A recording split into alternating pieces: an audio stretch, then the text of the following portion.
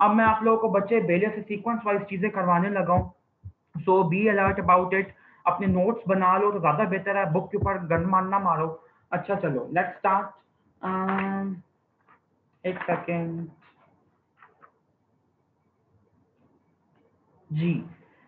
The very first thing that we are going to do is कुछ हम लोग करने वाले हैं इन्वेस्टिगेशन के बारे में बात, जो जनरली मतलब बच्चों को कम ही पता होती हैं। इन्वेस्टि बच्चे सबसे अच्छी बात बेले की और डेविडसन की ये है कि इनके ना बिगिनिंग में दी हुई हैं इन्वेस्टिगेशन। तो इन्वेस्टिगेशन देने का फायदा ये होता है कि पहले आप लोगों को ये तो पता हो बच्चे कि किस वजह से हम लोग ये इन्वेस्टिगेशन परफॉर्म कर रहे हैं, ठीक है। तो इन्वेस्टिगेशन का छोटा सा, मैं आप लोगों को बहुत ज्यादा टाइम नहीं लूंगा इसका।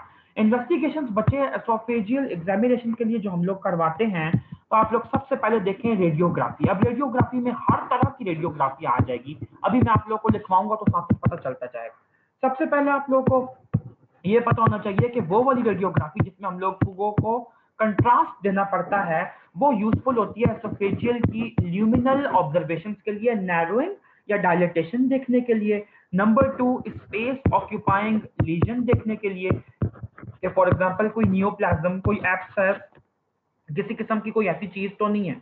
और नंबर थ्री पे बच्चे अगर आप लोग देखें तो एनाटॉमिकल डिस्टॉर्शन और एबनॉर्मल मोटिलिटी के लिए भी। लेकिन आप लोगों को ये सब कुछ करने की जरूरत नहीं है। मैं आप लोगों को बेले से वो चीजें बताऊंगा जो बहुत ज्यादा इंपॉर्टेंट है, वरना तो इस तरह सारी रात पढ़ते रहेंगे तो चैप्टर ही नहीं खत्म होना। अच्छा, उसके बाद बच्चे आप लोग ये देखें कि जो बेरियम की रेडियोलॉजी होती है वो नॉन स्पेसिफिक है, बहुत ज्यादा सजेस्टिव नहीं है। लेकिन हम लोग फिर भी वो लोग यूज करते हैं गैस्ट्रोएसोफेजियल रिफ्लक्स डिजीज के ऑब्जर्वेशन के लिए, ठीक है। दूसरी बात आपको ये पता होनी चाहिए कि जो प्लेन रेडियोग्राफ्स होते हैं जिनके अंदर हम लोगों को किसी किस्म के कंट्रास्ट के डालने की जरूरत नहीं पड़ती, वो बहुत कॉमनली हम लोग यूज करते हैं बच्चे फॉरेन बॉडी के को नोट करने के लिए। इसके अलावा आपको ये पता होना चाहिए कि जो सीटी स्कैन होता है, तो सीटी स्कैन हम लोग कॉमनली यूज करते हैं एसोफेजियल नियोप्लाज्म को देखने के लिए कि उनके एक्सटेंट क्या है। आप लोगों को ये भी पता है बच्चे कि हम लोग जो स्टेजिंग होती है वो भी इन्हीं इन्वेस्टिगेशन की बेस पे ही करते हैं। अच्छा, उसके बाद बच्चे सेकंड नंबर की इन्वेस्टिगेशन पे अगर आप लोग आए तो दैट इज एंडोस्कोपी। और आपको पता है कि एंडोस्कोपी जो होती है वो दो तरह की जाती है क्लिनिकल प्रैक्टिस में, चाहे आप ईएनटी में हो या चाहे आप सर्जरी में हो या न्यूरो सर्जरी में हो। एक तो होती है डायग्नोस्टिक एंडोस्कोपी और दूसरी बच्चे आपकी होती है थेराप्यूटिक। अब ये आप, मैं एक बात बता दूं कि चाहे आप लोग मेडिसिन में हो या सर्जरी में, किसी ना किसी एक जगह पे आप लोगों को ये ऑस्पी का स्टेशन आना ही आना है कि एंडोस्कोपी के यूजेस लिखो। तो डायग्नोस्टिक यूजेस होते हैं या थेराप्यूटिक यूजेस इसके होते हैं, वो आप लोगों ने ऑस्पी की बुक से जो जो रट्टे मारने हुए मार लेना। बस मैं आप लोगों को सिर्फ ब्रीफली यहाँ पे ये बताऊंगा कि डायग्नोस्टिक पर्पस के अंदर हम लोग जैसे बायोप्सी लेनी हो तो हम लोग देखते हैं, या हम लोगों ने मैक्रोस्कोपिकली कुछ लीजन देखने हो जैसे गैस्ट्रो एसोफेजियल रिफ्लक्स डिजीज के अंदर हम लोग ग्रेडिंग करते हैं, वो हमें मैक्रोस्कोपिकली भी पता चल जाती है, वो हम कर सकते हैं। इसके अलावा कोई स्पेस ऑक्यूपाइंग लीजन सिर्फ देखना हो, अगर व्यू करना हो, SOL मैं यहाँ पे बार बार लिखूंगा और अब आप लोगों को पता होना चाहिए कि SOL से मुराद स्पेस ऑक्यूपाइंग लीजन है, ठीक है। कोई नियोप्लाज्म, कोई एब्सेस, कोई स्वेलिंग, किसी भी किस्म का कोई मैस हो गया। और बच्चे अगर थेराप्यूटिक यूजेस के अंदर अगर आए हम, तो फॉरेन बॉडी के रिमूवल के लिए एंडोस्कोपी की जाती है। बहुत सारे यूजेस हैं। इसके अलावा स्ट्रक्चर्स की जो एनाटॉमिकल डायलेटेशन होती है उसके लिए की जाती है। तो कम से कम ये 4-5 यूजेस तो आप लोगों को लाजमी आने चाहिए, यही आपका ऑस्पिक का स्टेशन भी बन जाएगा। इसके अलावा बच्चे आपको ये पता होना चाहिए कि जो एंडोसोनोग्राफी होती है ये क्या होती है। अच्छा बच्चे, पहले एक बात बता दूं कि यूएचएस जो है वो फाइनल ईयर के लेवल पे न्यूमेरिकल वैल्यूज के एमसीक्यू बहुत ज्यादा देती है। मतलब आप ये इमेजिन कीजिए कि जब हमारा ऑब्स्टेट्रिक्स का पेपर था तो 30 में से 19 एमसीक्यूज, 35 या 30 में से 19 एमसीक्यूज जो थे वो वैल्यूज के थे, लिटरली वैल्यूज थी सिर्फ, उसके अंदर और कुछ भी नहीं था। तो आप लोगों को अब अलर्ट होना है। मुझे अच्छे तरीके से याद है हमारा सर्जरी का पेपर था, जनरल सर्जरी में या सिस्टेमिक सर्जरी के अंदर एमसीक्यू पेपर में आया था कि एक बंदा है, उसने एक दफा जिंदगी में पहली दफा, एडल्ट बंदा है, जिंदगी में पहली दफा उसने एक्सरे करवाया है, तो उसको कैंसर होने का चांस कितने अरसे बाद होगा। ये आप देखें कैसा एमसीक्यू, कितना चांस है उसको। तो आप लोग ये देखिए कि बेले के अंदर एक चैप्टर दिया हुआ है, इवन के मैंने खुद बेले पढ़ी थी, लेकिन वो चैप्टर मैंने नहीं पढ़ा था ये समझ के कि हाय ये कैसा, मतलब इस मेरे पास टाइम नहीं है इस चैप्टर के लिए, ये सोच के आप ये समझ लें। तो उसी में से वो एमसीक्यू आ गया। तो याद रखिएगा कि 1 in 1 मिलियन रिस्क होता है एक्सरे के एक्सपोजर से कैंसर होने का। दूसरी चीज आपको ये बताऊं कि एक्सरे की वजह से, ये जो चेस्ट एक्सरे वगैरह कराते हैं, इसकी वजह से जो कैंसर होता है, तो इसके अंदर मतलब कितना टाइम रिक्वायर्ड होता है कैंसर को डेवलप होने में, अगर उस बंदे के अंदर ससेप्टेबिलिटी है तो। वरना ये नहीं कि जो बंदा भी एक्सरे करवाएगा तो उसको कैंसर हो जाएगा। तो कम से कम 10 इयर्स रिक्वायर्ड होते हैं एक्सरे की वजह से कैंसर होने के लिए। दो न्यूमेरिकल आपके एमसीक्यू थे, इसको नोट कर लीजिए। तीसरा आपका एमसीक्यू यहाँ पे मैं न्यूमेरिकल जो करवाने लगा हूँ, एंडोसोनोग्राफी का मतलब है कि एंडोस्कोपी के साथ अल्ट्रासाउंड की जो वेव्स हैं उनको कंबाइन किया जाए। तो उनकी जो फ्रीक्वेंसी होती है वो होती है 5 से लेके 30 मेगाहर्ट्ज तक। जितनी बच्चे वैल्यू याद कर सकते हो कर लो, जो नहीं कर सकते वहां पे हार मान लेना, लेकिन कुछ ना कुछ तो लाजमी करो ना। अच्छा, चलो इस जगह पे मैंने सिर्फ यही बताना था, और डिटेल में मैं नहीं जा रहा। उसके बाद बच्चे चौथी जो इन्वेस्टिगेशन इंपॉर्टेंट होती है एसोफेगस से related, that is oesophageal manometry. ठीक है, कि आप एसोफेगस के प्रेशर को मेजर करें। और आप लोगों को अभी मैंने बताया कि एसोफेजियल के जो एसोफेगस के मोटिलिटी डिसऑर्डर्स हैं वहां पे आप लोगों को ये इन्वेस्टिगेशन बहुत ज्यादा हेल्प करेगी। जैसे आपका हो गया एकेलेजिया, जैसे हो गया डिफ्यूज एसोफेजियल स्पैज्म, जैसे हो गया बच्चे नट क्रैकर एसोफेगस। तो छोटी सी यहाँ पे बच्चे, अगर मैं आप लोगों को एग्जाम्पल देता चलूं, तो एक छोटी सी एग्जाम्पल ये है कि जैसे हम लोग ना एसोफेगस के डिफरेंट लीजन्स को उसकी कॉन्ट्रैक्टिलिटी की स्ट्रेंथ की बेस पे ग्रेड करते हैं। तो आप लोग ये देखें कि एक्लेजिया के अंदर एसोफेगस का स्पैज्म हुआ होता है, लेकिन वो आप कह लें कि कम है। ठीक है, सबसे ज्यादा जो आपका स्पैज्म होता है एसोफेगस का वो होता है नट क्रैकर एसोफेगस। ठीक है, नट क्रैकर एसोफेगस एक ऐसी मुसीबत है कि जिसके अंदर एसोफेगस का जो रिदम ऑफ कॉन्ट्रैक्शन होता है, जो पेरिस्टाल्टिक वेव्स होती हैं, वो होती तो सेम रेट पे हैं, लेकिन उनका एम्पलीट्यूड बहुत ज्यादा होता है। ये बात सुनने वाली है, समझने वाली है, लिखने वाली नहीं है। सुनो इसको गौर से जो मैं बोल रहा हूँ। एक्लेजिया के अंदर प्रेशर चेंजेस आती हैं, लेकिन वो नट क्रैकर एसोफेगस की कंपैरिजन में कम होती हैं। नट क्रैकर एसोफेगस जो होता है उसके अंदर सिवियर किस्म की कॉन्ट्रैक्टिलिटी होती है एसोफेगस की, और उनका एम्पलीट्यूड बहुत ज्यादा होता है। तो कहा जाता है कि नट क्रैकर एसोफेगस में तकरीबन 180 मिलीमीटर ऑफ मर्क्यूरी से भी ज्यादा प्रेशर होता है। नॉर्मल प्रेशर की वैल्यू बच्चे मैं आप लोगों को व्हाट्सएप के में बताऊंगा, अभी मुझे नहीं याद उसकी, इसलिए मुझे देखनी पड़ेगी। और एक्लेजिया की कम होती है, और जो डिफ्यूज एसोफेजियल स्पैज्म होता है वो सेकंड नंबर पे आता है। ठीक है, ये आप लोग याद रखिएगा। ये वॉशिंगटन डीसी कह रहा हूँ, वॉशिंगटन मैनुअल के अंदर ये वाली बात जो है दी हुई है। उसके अलावा बच्चे अभी मैंने आप लोगों को बताई पांचवी जो इन्वेस्टिगेशन है वो है पीएच मॉनिटरिंग। तो पीएच मॉनिटरिंग बच्चे आप लोग यूज करते हैं, गोल्ड स्टैंडर्ड ट्रीटमेंट है गर्ड का, ट्रीटमेंट नहीं इन्वेस्टिगेशन है गर्ड का, और लेकिन हम लोग कॉमनली ये परफॉर्म नहीं करते। एक चीज छोटी सी यहाँ पे बताता चलूं, अगर एमसीक्यू के हिसाब से अगर आपको कभी ये पूछा जाए कि 24 आवर पीएच स्टडी की आपने गर्ड की, तो हाउ विल यू कंक्लूड कि इस बंदे को गर्ड है या नहीं है। तो एक बात याद रखिएगा, एक स्कोरिंग सिस्टम है, बेले में भी ये गिवन है, लेकिन बेले में इसकी वैल्यू नहीं गिवन। वैल्यू मैंने इसकी वॉशिंगटन मैनुअल से नोट किया। एक स्कोरिंग सिस्टम होता है जिसका नाम होता है डी मीस्टर स्कोरिंग सिस्टम। ठीक है, डी मीस्टर स्कोर जो है, अगर 14.7, आप 14.7 ना करें, आप सिर्फ 14 कर लें। अगर 14 से कम है, ठीक है, डिमीस्टर स्कोर अगर 14 से कम है, तो उस बंदे का गर्ड जो है वो एक्सेंट है, यानी कि वो बंदा नॉर्मल है। ठीक है, और अगर किसी बंदे का डिमीस्टर स्कोर 14 से ज्यादा है, तो वो गर्ड 14.7 से ज्यादा यानी 15, 16, 17 है, तो वो गर्ड ससेप्टेबल है और उससे गर्ड है। ये चीज मैंने आप लोगों को इसलिए बताई है कि जब एमसीक्यूज आते हैं तो ये मतलब कुछ चीजें ऐसी होती हैं जो आप लोगों को नहीं पता होती। तो ये ना समझिएगा कि मैं फालतू में चीजें बताई जा रहा हूँ। यूएचएस का सर्जरी के एमसीक्यूज, ओ माय गॉड, मत मुझे याद कराओ मेरा माजी। जितना भी पढ़ के जाओ तो 65 एमसीक्यूज में से 20 तो आराम से गलत हो जाते हैं, 15-20। लेकिन इसका मतलब देखो, मैं आप लोगों को डिस्करेज नहीं कर रहा, शायद मैंने ही गंदा पढ़ा हो, लेकिन मैं आप लोगों को ये बता रहा हूँ कि मतलब वो एमसीक्यूज पत्नी किधर किधर से उठा के दिए होते हैं, सिर्फ बेले में से नहीं होते। लेकिन हमारा काम तो पढ़ के जाना है, क्योंकि एक दफा ऐसे भी हो चुका है कि पूरा का पूरा पेपर डोगर से आया है, और एक दफा ऐसे भी हुआ है कि पूरा का पूरा पेपर बेले में से आया है। तो ये कुछ भी हो सकता है, किसी भी किस्म का एक्सीडेंट हो सकता है, तो इसलिए हमें हर एक्सीडेंट के लिए तैयार होना पड़ेगा। चलो ये तो हम लोगों ने कर लिया। उसके बाद बच्चे आप लोग ये देखो कि स्ट्रक्चर के लिए मैंने आप, हाँ स्ट्रक्चर थेराप्यूटिक प्रोसीजर, अब आप लोगों को मैं कुछ बता दूं कि स्ट्रक्चर्स के लिए थेराप्यूटिक प्रोसीजर क्या होते हैं। स्ट्रक्चर के लिए बच्चे हम लोग करवाते हैं डायलिटेशन, ठीक है, स्ट्रक्चर की।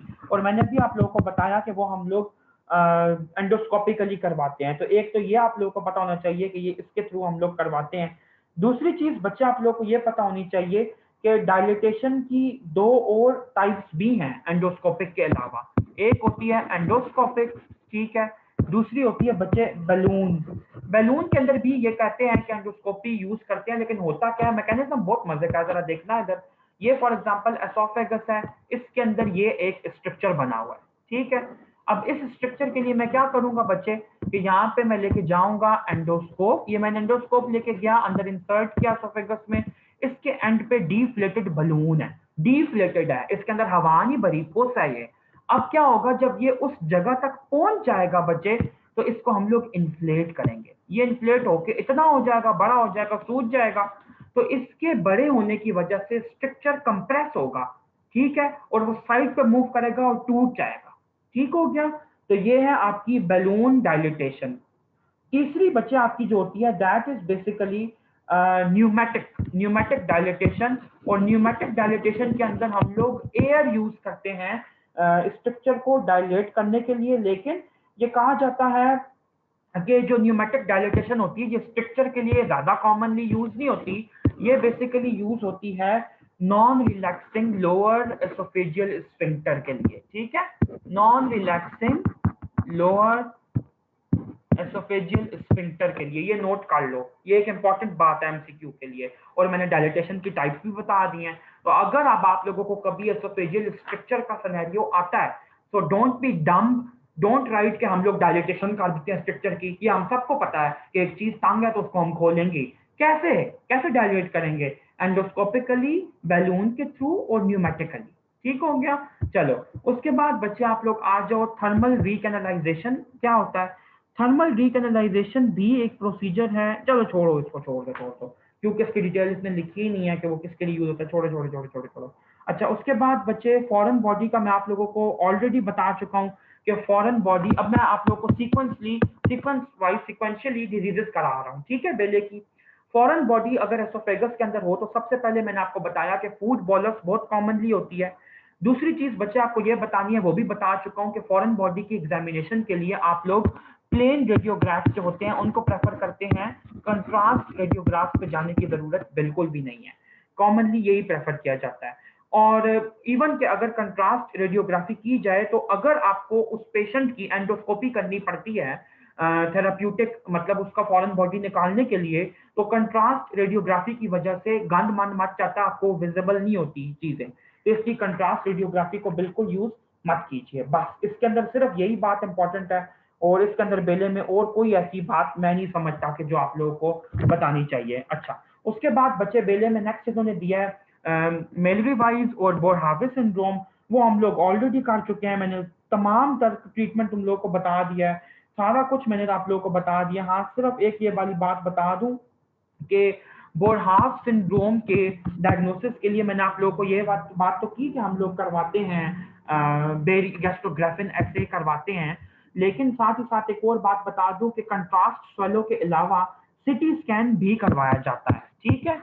लेकिन ये पहली मॉडलिटी नहीं है। अगर आपके पास हिस्ट्री स्ट्रांग है पेशेंट की रप्चर होने की, साथ ही साथ आप लोगों को उसके वाइटल्स डिस्टरप्टेड मिल रहे हैं, नंबर 3 आप लोगों को गैस्ट्रोग्राफिन ऐसे पे लीकेज मिल रहा है मीडियस्टिनम के अंदर, तो फिर तो आप लोग बोरहावे सिंड्रोम इसको कंक्लूड कर देंगे ना। फिर क्या जरूरत है सीटी कराने की और पेशेंट के पैसे बर्बाद करने की। हाँ अगर आप प्राइवेट हॉस्पिटल में जाएंगे और अगर लूट खसूट करना चाहते हैं तो फिर कर लीजिएगा, लेकिन वैसे जरूरत इसकी है नहीं, ठीक है।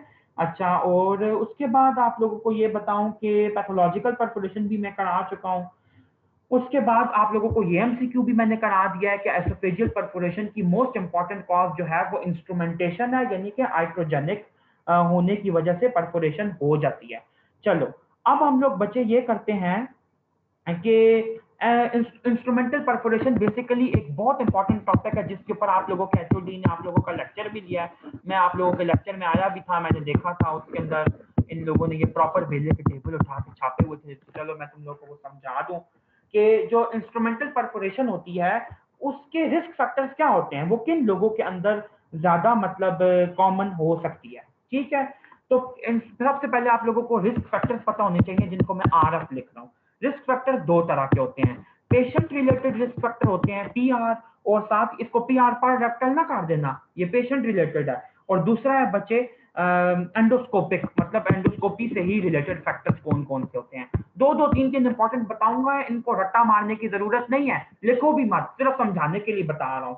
पेशेंट रिलेटेड फैक्टर के अंदर बच्चे ये आ जाता है कि अगर किसी को सर्वाइकल ऑस्टियोफाइट्स हैं, ठीक है, ऑस्टियोफाइट्स किस डिजीज में बनते हैं, जल्दी से मुझे बताओ चैट बॉक्स में, जल्दी जल्दी भी, क्विक, मैं तुम लोगों का पुराना नॉलेज भी देखता जाऊं।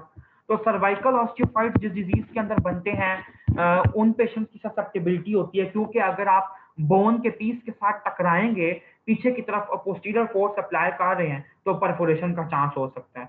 हाय अल्लाह, नहीं नहीं शमसा नहीं, osteoarthritis, Ali Mahmood and Madiya, very good. Osteoarthritis के अंदर ऑस्टियोफाइट्स बनते हैं। अली अरम ने भी आंसर किया, वेरी गुड, चलो थैंक यू। बुशरा ने भी, thank you thank you thank you, time over हो गया ना। चलो आगे चलो, सर्वाइकल ऑस्टियोफाइट्स जो हैं वो इसके अंदर बनते हैं। उसके बाद आप लोग ये देखो कि अगर किसी बंदे को ज़ंकर्स डायवर्टिकुलम है, यानी कि फेरेंजियल पाउच उसके अंदर प्रेजेंट है। ज़ंकर्स डायवर्टिकुलम जो होता है वो क्या होता था, फेरेंजियल डायवर्टिकुलम, जिसके अंदर क्रिकोफेरेंजियस मसल के लेवल पे और थायरोफेरेंजियस मसल, जो कि इंफीरियर कंस्ट्रक्टर के दो पार्ट्स हैं, उनके बीच में पोटेंशियल स्पेस के अंदर ज़ंकर्स डायवर्टिकुलम डेवलप करता है। तो उसके अंदर भी ये कॉमन है, ठीक है। और साथ ही साथ बस आप लोगों को दो चीजें पता होनी चाहिए। उसके बाद आप लोग ये देखो कि एंडोस्कोपिक फैक्टर कौन से हो सकते हैं। तो अगर हमने किसी के अंदर गाइड वायर्स यूज किए हैं, अब गाइड वायर्स की डिटेल में जानने की जरूरत नहीं है, आप आगे आओगे हाउस जॉब में तो देख लोगे, सब समझ आ जाएगा। बस अभी सिर्फ रट्टा लगा लो इस चीज को, क्योंकि मैं पूरा प्रोसीजर तो अब यहाँ पे करके नहीं दिखा सकता। अच्छा, उसके बाद बच्चे, हाँ, जो चीज मैं बताना चाहता हूँ, जिसपे मैं फोकस करना चाहता हूँ, वो क्या है। सबसे पहली बात ये कि आपको डायग्नोस्टिक मोटेलिटी डायग्नोस्टिक मॉडलिटीज कौन कौन सी फॉलो करनी चाहिए सीक्वेंशियल स्टेप्स के अंदर। सबसे पहले इंस्ट्रूमेंटल परफोरेशन के केस में आपको चेस्ट एक्सरे करवाना चाहिए। दूसरे नंबर पे अगर आप फिर भी डायग्नोज नहीं कर पा रहे, तो फिर आप water soluble contrast medium use करके और स्वेलो बेरियम मील, मतलब बेरियम तो नहीं, फिर तो कंट्रास्ट स्वेलो से हम कहते हैं ना, वाटर सॉल्यूबल मीडियम यूज करके आप लोग करवाएं, ठीक है।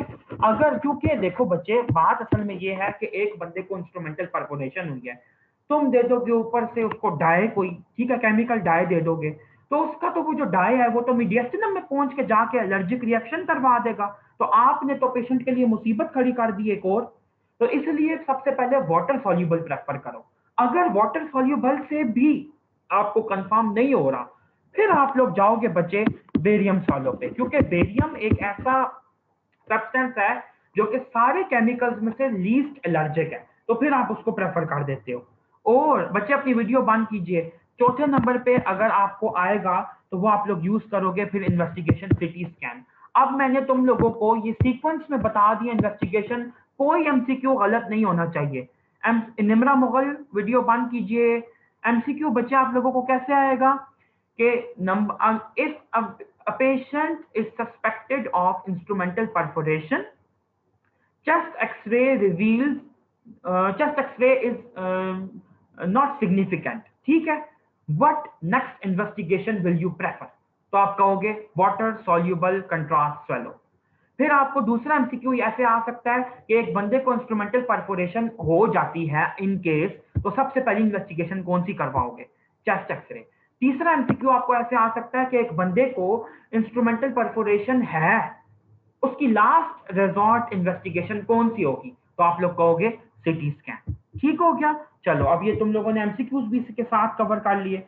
अब आप लोग आ जाओ बच्चों के ट्रीटमेंट क्या होती है एसोफेजियल परफोरेशन का। तो सबसे पहले आप लोगों को ये बता दूं कि इसका एसोफेजियल परफोरेशन के ट्रीटमेंट को गवर्न करने के लिए फीचर डिफरेंट किस्म के कुछ फीचर्स होते हैं जिनको डिस्कस करना पहले जरूरी होता है सर्जन्स को आपस में। दो तरह के फैक्टर्स होते हैं। नंबर वन होते हैं नॉन ऑपरेटिव मैनेजमेंट के फैक्टर्स और दूसरे होते हैं ऑपरेटिव मैनेजमेंट के फैक्टर्स। ये मैं फैक्टर्स के नाम लिखवा रहा हूँ, ठीक है। इन फैक्टर्स की बेस पे आप लोग ऑपरेट करते हो और इनकी बेस पे नहीं करते। चलो अब देखते जाओ और इसको लिखते जाओ, ये इंपॉर्टेंट चीज है। अच्छा एक और बात बता दूं बच्चे, जब आपसे एसोफेजियल परफोरेशन या बोरहाविस सिंड्रोम का कभी भी सिनेरियो आए और मैंने तुम लोगों को ये पढ़ा दिए हैं, अब पढ़ा रहा हूँ अब फैक्टर्स इसके, और अगर तुम लोग ये प्रॉफ में ना लिख के आए तो फिर देखना मैंने तुम लोगों को बख्शना नहीं है ऐसे, क्योंकि तुम लोगों को पढ़ा ही इसलिए रहा हूँ कि तुम लोग के प्रॉफ के आंसर इंप्रूव करें। गंदे तरक्के हुए तुम लोग एससीक्यू के आंसर लिख के आते हो। जब भी तुम लोगों से पूछा जाता है विच इन्वेस्टिगेशन विल यू परफॉर्म, तो तुम लोगों ने इवन अगर कैंसर भी आया है तो तुम लोग सबसे पहले लिखते हो full blood count, CBC, chest x-ray, CT scan, MRI. इस पे तुम लोगों को 0 मिलता है और फिर आके रूम के अंदर रोते हो और स्टेटस लगाते हो ये मेरे नंबर कम क्यों आ गए और ये और वो। तो इसलिए जो चीज सही लिखनी है, जब भी इन्वेस्टिगेशन लिखनी है बच्चे, जब भी आपसे पूछा जाए कि इस डिजीज की इन्वेस्टिगेशंस लिखें या विच इन्वेस्टिगेशंस विल यू परफॉर्म, तो उसका नाम लिख के एहसान मत करो एग्जामिनर पे, उसके आगे फाइंडिंग लिखो उसकी कि सिटी स्कैन में ये नजर आएगा, एक्सरे में ये नजर आएगा, ठीक है। ये वाली बात याद रखनी है, पल्लू से बांध लो वरना नंबर नहीं आने वाले और क्लिनिकल नॉलेज भी पुअर रह जाएगा। चलो अब ये देखो बच्चे कि अगर सबसे पहले आपको ये बताऊं कि अगर जो उसका वाइटल्स हैं, वाइटल्स अगर उसके थोड़े से डिसरप्टेड हैं, ठीक है, आप लोग ये कर लो कि ऑलमोस्ट नॉर्मल हैं या फिर मिनिमली डिसरप्टेड हैं, तो आप उसको नॉन ऑपरेटिवली ट्रीट करोगे। लेकिन अगर वाइटल्स वाइटल्स क्या होते हैं बच्चे, कल भी मैंने बताया, बीपी हो गया, पल्स हो गया, सैचुरेशन हो गई, टेम्परेचर हो गया, यूरिन आउटपुट हो गया, ये चीजें हम लोग डाल देते हैं। वाइटल्स उसके अनस्टेबल हैं अगर, तो फिर आप लोग ऑपरेटिव ट्रीटमेंट की तरफ जाओगे। नंबर 2 आप लोग ये देखो कि अगर परफोरेशन जो है वो लिमिटेड है मीडियस्टिनम तक, ठीक है, मैं यहाँ पे लिख रहा हूँ परफोरेशन जो है उसके साइन एंड सिम्टम्स जो है वो लिमिटेड हैं मीडियस्टिनम तक, तो फिर आप लोग नॉन ऑपरेटिव करोगे, क्योंकि जो मीडियस्टिनाइटिस हुआ है ना वो हम एंटीबायोटिक से ठीक कर सकते हैं। लेकिन अगर उसकी जो परफोरेशन है वो एक्सटेंड कर गई है प्लूरा तक, प्लूरल ब्रीच हो गई है, तो फिर तो आप लोगों को ऑपरेट करना पड़ेगा। उसके बाद बच्चे नेक्स्ट फैक्टर्स अब आप लोग देखो मैं क्या लिखवा रहा हूँ कि नॉन ऑपरेटिव, ऑपरेटिव, और यहाँ पे मैं स्टार्ट करवा रहा हूँ दोबारा कि नेक्स्ट फैक्टर ये है कि अगर सर्वाइकल एसोफेगस की परफोरेशन है तो नॉन ऑपरेटिव ही मैनेज करोगे, क्योंकि गर्दन तो खोल नहीं सकते अब इस पूरी चीज के लिए, और अगर क्योंकि एसोफेगस पीछे है ना, मतलब इतना आगे तो नहीं है। उसके बाद आप देखो कि अगर एब्डोमिनल एसोफेगस है तो फिर आप लोग जो हो वो ऑपरेटिव करोगे। चलो ये बहुत इंपॉर्टेंट इसके अंदर पॉइंट्स थे बच्चे, याद रखनी है इन बातों को कि इनमें से एमसीक्यू आपको आता है। ये फैक्टर दे के पूछा जाता है कि किस में आप ऑपरेट करोगे किस में नहीं करोगे, या फैक्टर दे के ये पूछा जाता है किस में से ऑपरेटिव फैक्टर कौन सा है, ठीक है। ये टिपिकल एमसीक्यू है, इवन अगर मैं भी आपका टेस्ट लूं तो मैं हमेशा ये वाला क्वेश्चन आप लोगों को दूंगा ही दूंगा। चलो जी, इंस्ट्रूमेंटल परफोरेशन को आपने देख लिया कि फैक्टर्स कौन कौन से इसको गवर्न करने के लिए हैं। अब आप लोग बच्चे ये देखो कि इसके अंदर जो प्रिंसिपल्स हैं मैनेजमेंट के वो क्या क्या हैं। ऐसी मैनेजमेंट जो कि नॉन इंटरवेंशनल मैनेजमेंट हो, यानी कि हम लोग उसके अंदर कोई ऑपरेशन वगैरह नहीं कर रहे, ठीक है। नॉन ऑपरेटिव मैनेजमेंट के अंदर आप लोग क्या क्या करते हो। सबसे पहले आपको यह पता होना चाहिए हाइपर एलिमेंटेशन। क्या कोई यहाँ पे ऐसा अच्छा बच्चा मौजूद है जो कि मुझे बताएगा कि हाइपर एलिमेंटेशन का क्या मतलब है। मुझे एक बात पता है, यहाँ पे काफी सारे ऐसे बच्चे मौजूद हैं जिनको आंसर्स आते हैं लेकिन वो पता नहीं क्यों नहीं बता रहे। टीचर की नजर तो आपको कभी भी नहीं लगने वाली, हाँ अपने दोस्तों की जरूर लग सकती है, चाहे इवन आपका कोई बेस्ट फ्रेंड भी हो। तो सब मुझे बताओ जल्दी से, नो हाइपर एलिमेंटेशन क्या होता है, जल्दी भी, कोई 30 सेकंड भी नहीं है तुम्हारे पास, 10 सेकंड है, जल्दी बताओ हाइपर एलिमेंटेशन। नंबर 2 पे बच्चे आप ये देखो कि नेजोगैस्ट्रिक सक्शन करवाते हैं आप, ठीक है। और थर्ड नंबर के ऊपर आता है ब्रॉड स्पेक्ट्रम एंटीबायोटिक। ऑब्वियसली बच्चे एक बंदे की परफोरेशन हुई है उसको सेप्सिस का चांस है, तो फिर आप लोगों को करवाना तो ब्रॉड स्पेक्ट्रम। अच्छा चलो चलो अब रुको, मुझे रिप्लाई आए हैं, वेट वेट बस, अब ठीक है अब और बच्चे रिप्लाई ना करना, बस बस करो। सुनो, हाँ मैं देखूं, artificial supply of nutrients highly disease को। अच्छा, निम्रा ने आंसर किया है, नईमा ने किया है, शर्जील ने किया है, निम्रा नजर ने किया है, ठीक है, ईशा ने किया है, नूरुल हुदा ने किया है, अच्छा, और आबिदा ने किया है। वेरी गुड बच्चों, बिल्कुल ठीक आप लोगों ने आंसर किया है कि आईवी के थ्रू इंट्रावीनसली अगर हम लोग लेके आए न्यूट्रिशन पे तो उसको हम लोग हाइपर एलिमेंटेशन कहते हैं। वेरी गुड बच्चों। अच्छा, तो ये 3 आपके प्रिंसिपल स्टेप्स हैं मैनेजमेंट के नॉन ऑपरेटिव टाइप के, ठीक है। इसके अलावा बच्चे अगर आपको इवन अगर आप ऑपरेटिव भी कर रहे हो तो आपको हाइपर एलिमेंटेशन भी करनी होगी, उसको अपने फीड भी करना है, उसको अपनी एंटीबायोटिक भी देनी है। एंटीबायोटिक के बगैर तो हम लोग ऑपरेट करते ही नहीं है ना किसी को भी। अब आप लोग ये देखो कि इसके अंदर सर्जरी हम लोग क्या करेंगे। बच्चे सर्जरी बेसिकली हम लोग करते हैं कि 2 तरह की सर्जरीज हम लोग इंस्ट्रूमेंटल परफोरेशन में परफॉर्म करते हैं, ठीक है। एक होता है डायरेक्ट रिपेयर और दूसरा होता है बच्चे आपका प्राइमरी रिपेयर। ये आप लोग नोट कर लो, मेरे ख्याल से शायद, मुझे वैसे मैंने डोगर पढ़ी नहीं है, मुझे क्या पता वहां पे दिया है कि नहीं, चलो अच्छा खुद ही देख लेना। डायरेक्ट रिपेयर के अंदर बच्चे ये है कि अगर सर्जन के पास पेशेंट अर्ली आया है, उसकी अर्ली प्रेजेंटेशन है, तो फिर 4 to 6 आवर्स के अंदर आप उसको रेडी करके उसको ऑपरेट कर देते हो उसी वक्त, ठीक है। और अगर प्लूरल कंटेमिनेशन भी नहीं है और सिर्फ मीडियस्टिनम की इन्वॉल्वमेंट है तो। लेकिन प्राइमरी रिपेयर जो होता है बच्चे, तो ये मतलब आपको आप मतलब एकदम ऐसे नहीं कर सकते, इसके लिए आपको जरा सा बल्कि सॉरी बच्चे, इस चीज को करेक्ट कर लें कि लेटर प्रेजेंटेशन से भी इसका कोई ताल्लुक नहीं है। इसके अंदर इसने फैक्टर्स ये वाले दिए हुए हैं कि वाइड स्प्रेड केसेस के अंदर जो डायरेक्ट रिपेयर है वो ही प्राइमरी है। सॉरी, इसको करेक्ट कर लीजिए बच्चे, I have made a mistake here. Primary repair और डायरेक्ट रिपेयर बेसिकली एक ही उसके अंदर है। मैं ये समझ रहा था कि शायद एक इमरजेंसी प्रोसीजर और एक इलेक्टिव, लेकिन नहीं, बेली ने इसको करेक्टली लिखा हुआ है कि दोनों का एक ही मतलब है। और जो डायरेक्ट रिपेयर होता है वो लेट प्रेजेंटेशन में करने का फायदा बिल्कुल भी नहीं है, क्योंकि इन्फेक्शन जो है वो फैल चुका होता है, प्लूरल इन्वॉल्वमेंट हो चुकी होती है और पेशेंट जो होता है वो बुरी तरीके से इन्वॉल्व हो चुका होता है। उसके बाद बच्चे मेल्डी वी स्टेयर हम लोग कर चुके हैं ऑलरेडी। एक और बात आप लोगों को जो मैंने बतानी थी वो ये है कि जो कोरोसिव इंजरी है वो मैं आप लोगों को पहले से नहीं करा रहा, वो बेशक आप लोग जहाँ से करना चाहते हैं कर लें, वो वहाँ पे ठीक दी हुई है जिधर से भी, मैं उस बुक का बस नाम बार बार नहीं लेना चाहता। हाँ, अब हम लोग आते हैं बच्चे गर्ड के ऊपर, ठीक है। गर्ड के मुतालिक मैंने आप लोगों को बताया एसोफेजाइटिस की मोस्ट कॉमन कॉज है। फिर मैंने आप लोगों को ये बताया कि गर्ड का क्लासिक ट्रायड क्या होता है। फिर मैंने आप लोगों को बच्चे ये बताया, भी नहीं बस मैंने इतना ही बताया। अच्छा, उसके बाद बच्चे आप लोग ये देखें कि डायग्नोसिस कैसे। अब मैं आप लोगों को ना गर्ड का डायग्नोसिस और मैनेजमेंट वगैरह और साथ ही साथ इसकी जो कॉम्प्लिकेशन है वो हम लोग स्टडी करते हैं। तो डायग्नोसिस के अंदर अब बच्चे जो लोग बहुत ज्यादा तंग हो गए हैं वो थोड़ा सा रेस्ट करें, क्योंकि मेरा लेक्चर ऐसा ही होता है इकट्ठा एक ही दफा। तो हम लोगों को पास सिलेबस भी बहुत ज्यादा कवर करने का और आप लोगों को माशाल्लाह सर्जरी भी बहुत ज्यादा आती है, तो मैंने कहा कि इसलिए हम लोग एक ही दफा में कर लें इसको। डायग्नोसिस के अंदर बच्चों ये देखो कि मैंने बताया ना पहले कि गर्ड का जो डायग्नोसिस है तो वो क्लिनिकल बेस्ड है, एम्पेरिकल बेस्ड है, इसके अंदर इन्वेस्टिगेशन कराने की कोई जरूरत नहीं होती, ठीक है। और इन्वेस्टिगेशन हम लोग किस सूरत में करवाते हैं बच्चे, ये बहुत इंपॉर्टेंट एमसीक्यू है, इसको नोट कर लो। गर्ड की इन्वेस्टिगेशन जो होती है वो हम 3 सूरतों में करवाते हैं, ये आपका एमसीक्यू है, मैं बार बार कह रहा हूँ। अगर डाउट हो, क्लिनिकल डाउट हो ट्रीटमेंट देने के बाद, नंबर 2, या क्लिनिकल ट्रीटमेंट देने से पहले भी डाउट हो तो करवा सकते हैं, हर्ज नहीं है। पीपीआई को अगर पेशेंट रिस्पॉन्ड न करे, पीपीआई को रिस्पॉन्ड न करे। और नंबर 3, अगर गर्ड के साथ साथ डिस्फेजिया प्रेजेंट है, ठीक है। इन 3 कंडीशंस में आपको इन्वेस्टिगेशन करवानी ही करवानी है।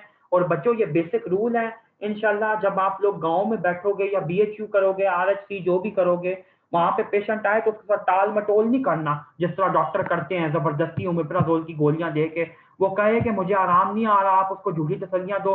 नहीं बाबा जी, एक दफा और लो तो तुम्हें आराम आ जाएगा, ये झूठ नहीं बोलना, उसको सीधा सीधा भेजो इन्वेस्टिगेशन के लिए।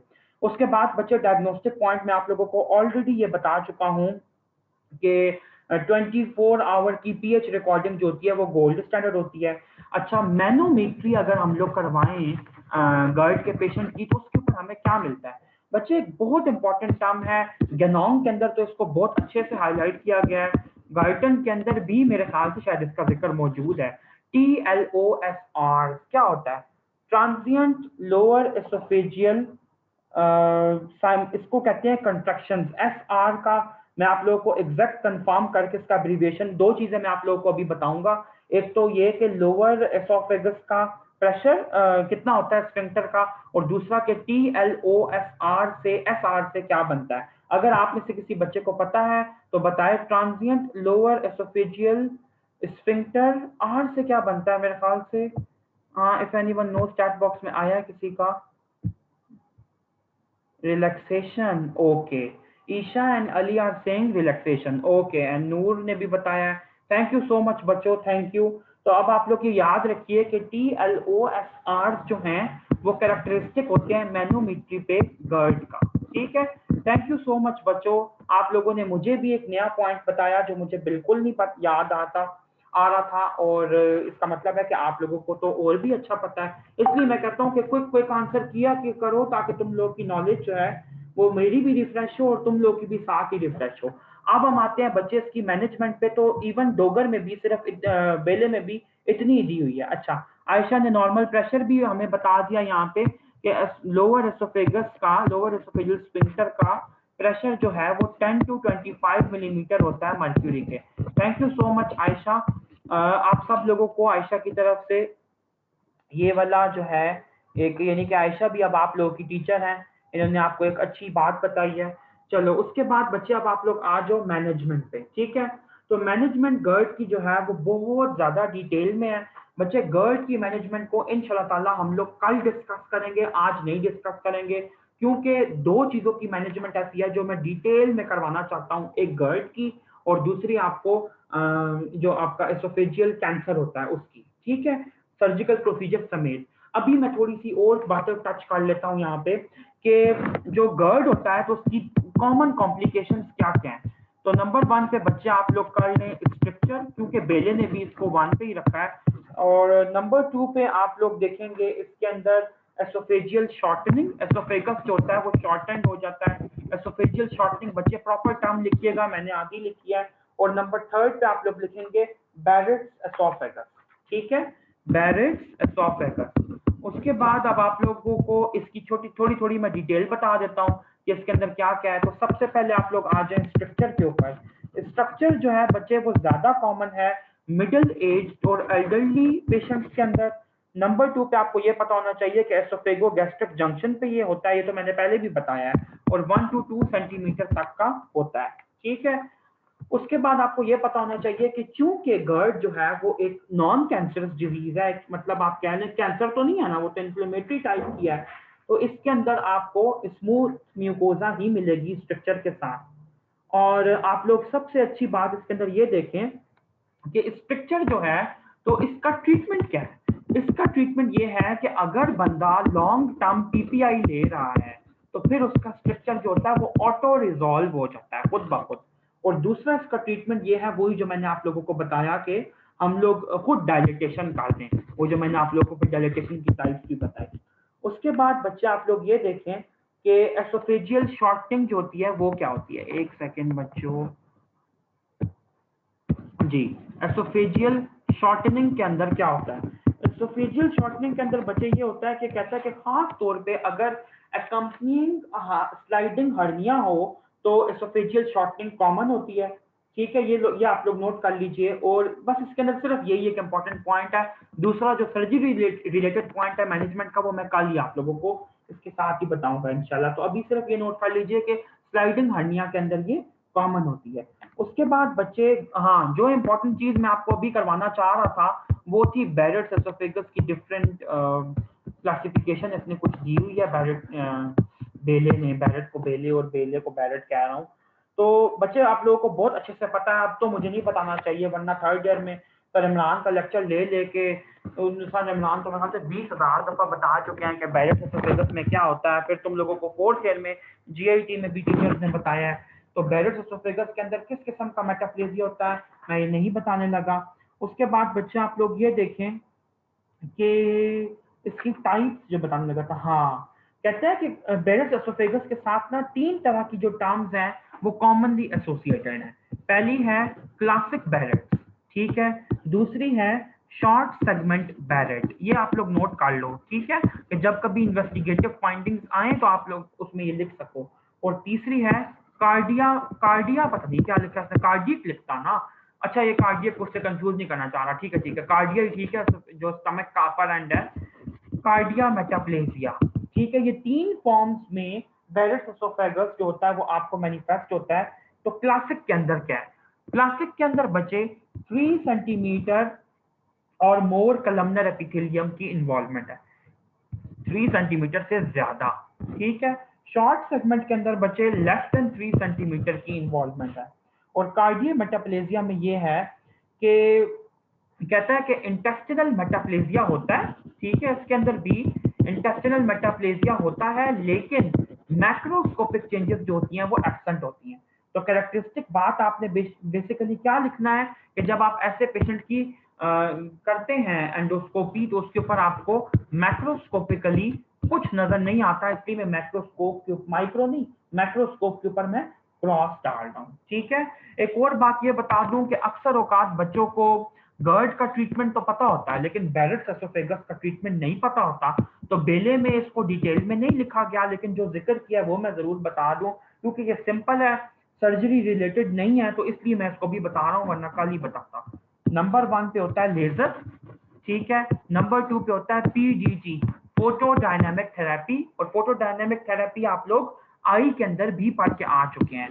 और थर्ड नंबर पे आप लोगों को पता होना चाहिए argon beam plasma coagulation, argon beam मुझे अच्छे तरीके से याद है कि ये जो होती है ना इन्वेस्टिगेशन आर्गन बीम और एनडी, वो ये था, ये ट्रियम रिलेटेड था, एक आई के अंदर हमने पढ़ा था।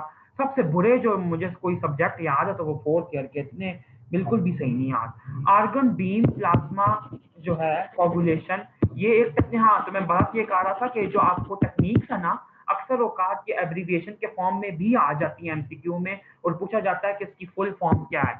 और चौथी जो इसकी ट्रीटमेंट है वो है ईएमआर, और ईएमआर से क्या बनता है बच्चे, एंडोस्कोपिक म्यूकोजल डिसेक्शन। तो अगर आपको इसके अंदर और कुछ याद होता है नहीं होता, लेजर, पीडीटी और ईएमआर लाजमी याद होना चाहिए, ठीक है। लेजर भी नहीं याद तो खैर है, फोटो डायनामिक थेरेपी और ईएमआर बहुत इंपॉर्टेंट है, ये याद कर लें। लेक्चर का न्यू लिंक भेज रहा हूँ, जल्दी आओ, सिर्फ 5-10 मिनट और लूंगा और फिर छुट्टी।